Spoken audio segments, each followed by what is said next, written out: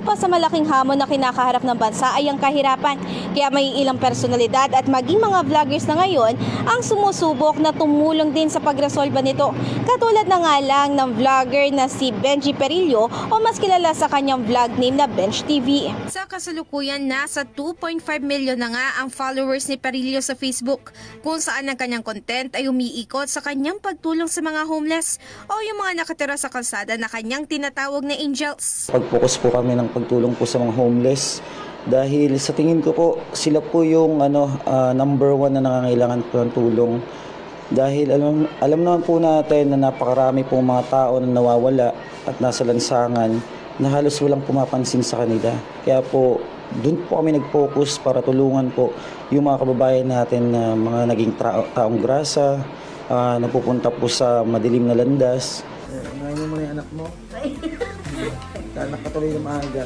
Hello! Anong pangalan mo? Ano? Ano? Ano not? Anong ano not?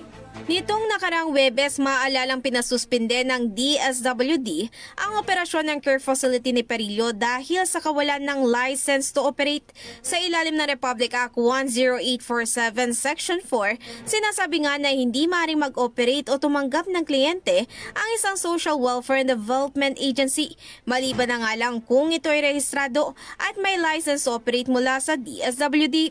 Samantala, sino mang lalabag dito ay maaaring pagmultahin o di kaya pakulong, depende nga sa magiging diskresyon ng korte. Doon po sa araw na yun, hindi ko po inaasahan na ganun po yung mangyayari. Kasi ang po is ang bungad po sa amin is for makikipag po sa amin para magkaroon kami ng permit.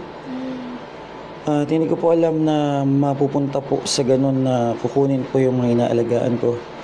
Kaya sobrang sakit po yung naramdaman ko dahil napamahal na po sila sa amin.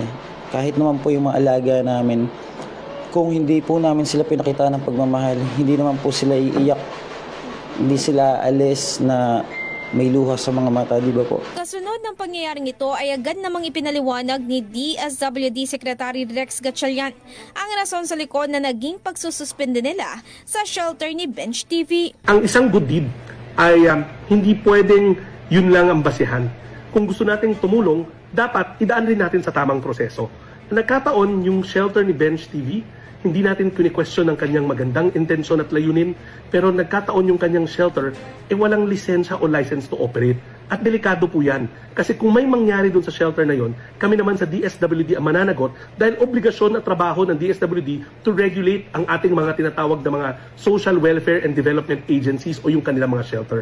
Meron kasi tayong mga basic standards at alituntunin na hinahanap sa mga shelter para masigurado na makatao at tama ang serbisyo na ibinibigay nitong mga shelter na to. Sa ngayon, ayon kay Gatchalian, inilipat muna rin nila sa government-owned care facilities ang mga homeless o angels kung tawagin na kanilang sinama sa nakaraang inspeksyon. Samantala, handa naman daw ang grupo ni Perillo na gawin ng dapat para may pagpatuloy ang kanilang kagustuhan na tumulong sa bayan. Nung pagpunta naman po nila dito, sinabi naman po nila na i-guide kami, tulungan kami kung paano yung mga process ng pagkuha ng permit.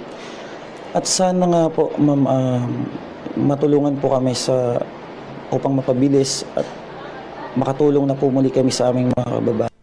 Bago naman matapos ng tuluyan ang naging exclusive interview ng brigada kay Perillo, ay nag-iwan siya ng maikling mensahe sa kanyang mga angels na siyang napahiwalay naman sa kanya. Sana okay kayo. Basta alam nyo kayo mismo. Alam nyo sa sarili nyo. Alam ko na okay kayo, okay na kayo. Alam ko na naramdaman nyo kung gano'n namin kayo minahal dito.